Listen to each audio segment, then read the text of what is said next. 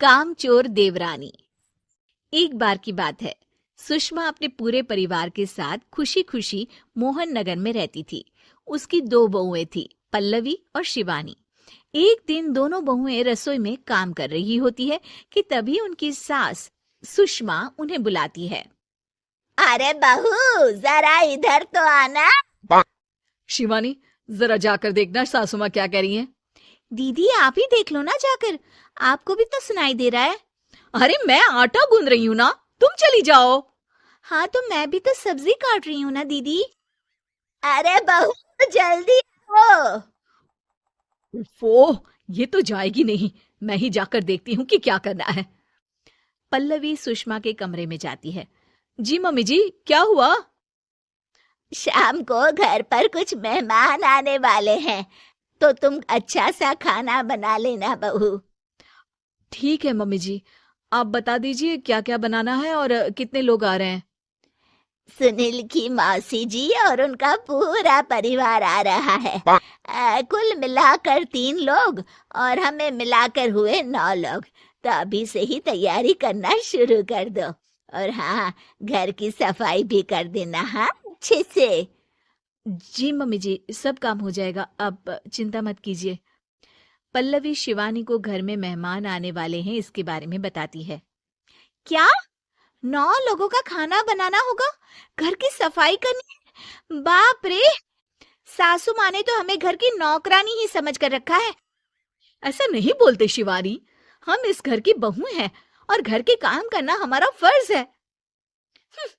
दीदी तो है ही सासू माँ की चमची, जब देखो सासू माँ सासू माँ। मैं तो इतना सारा काम नहीं करने वाली। शिवानी कपड़े लेकर गमला साफ कर रही होती है और चक्कर आने का नाटक करने लगती है। मेरा सर चकरा रहा है। तभी वहां पल्लवी और सासू माँ जाते हैं। अरे बहू, क्या हो गया तुम्हें? मम्मी जी, बहुत तेज सर में दर्द हो रहा है।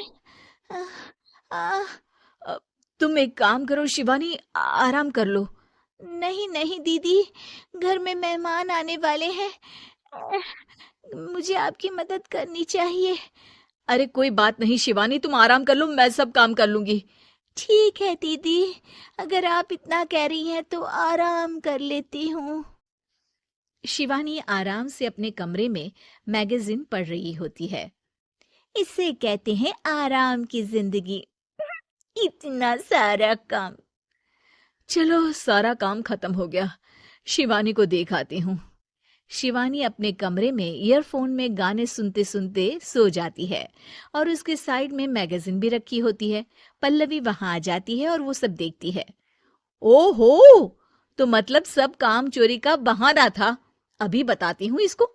घर का सारा काम मुझे करना पड़ा और ये महारानी यहाँ मैगजीन पढ़ रही है, गाने सुन रही है।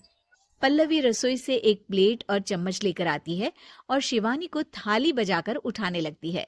शिवानी अचानक से उठती है। उठ गई महारानी, गाने भी सुन लिए, मैगजीन भी पढ़ ली। तुम तो बहुत बड़ी झूठी निकली शिवानी। तुमने सर दर्द का बहाना बनाया ताकि काम करने से बच सको।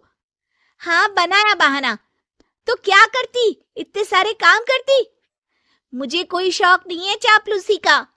क्या चापलूसी? तुम्हें लगता है कि मैं सारे काम चापलूसी कर रही हूँ? नहीं तो क्या। तभी वहां सासू माँ आ जाती हैं। अरे बहू, वो लोग बस आने ही वाले हैं, तुम तैयारियां कर लो। जी सासू माँ, तुझे तो मैं बाद में देखती हूँ। सब खाना खाने बैठते हैं और खाना शुरू करते हैं। तभी सुनील की मौसी बोलती है।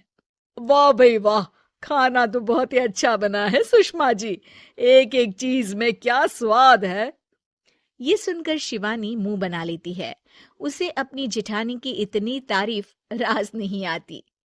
आपकी बहुएं तो बहुत ही अच्छा खाना बनाती हैं। हाँ, बनाती तो दोनों ही अच्छा है, पर आज ना ये सारा खाना बड़ी बहू ने बनाया है। छोटी बहू की तबीयत ठीक नहीं थी, सो इसलिए। मानना पड़ेगा सुषमा जी, आपकी बड़ी बहू तो बहुत ही गुणवान है। पल्लवी की तारीफ सुनकर शिवानी को जलन होती है। पल्लवी ये सुनकर खुश हो जाती है और शिवानी की तरफ देखकर उसे चिढ़ाती है। कुछ देर बाद मेहमानों के जाने का वक्त हो जाता है। मौसी जी सबके लिए उपहार लाई होती है। वो सबको शगुन के पैसे देती हैं और अंत में पल्लवी के पास आती है। तुम्हारे लिए शगुन का लिफाफा तो है ही, पर बहू, तुम्हें एक और उपहार भी मिलेगा, इतना अच्छा खाना बनाने के लिए। मौसी अपने सोने के कंगन निकालकर पल्लवी को पहना देती है। ये लो, ये मेरे मनपसंद कंगन है, अब से ये तुम्हारे हुए। अ, अ, धन्यवाद मौसी जी। ये देखकर शिवानी तो पूरी तरह से जल जाती है और गुस्से से रसोई में चली जाती हैं। तभी वहां पल्लवी आ जाती है और उसे अपने कंगन दिखाने लगती है। देवरानी जी, अब आपका सर दर्द ठीक तो है ना? मुझे लगता है कि अब सर दर्द शुरू हो गया होगा आपका।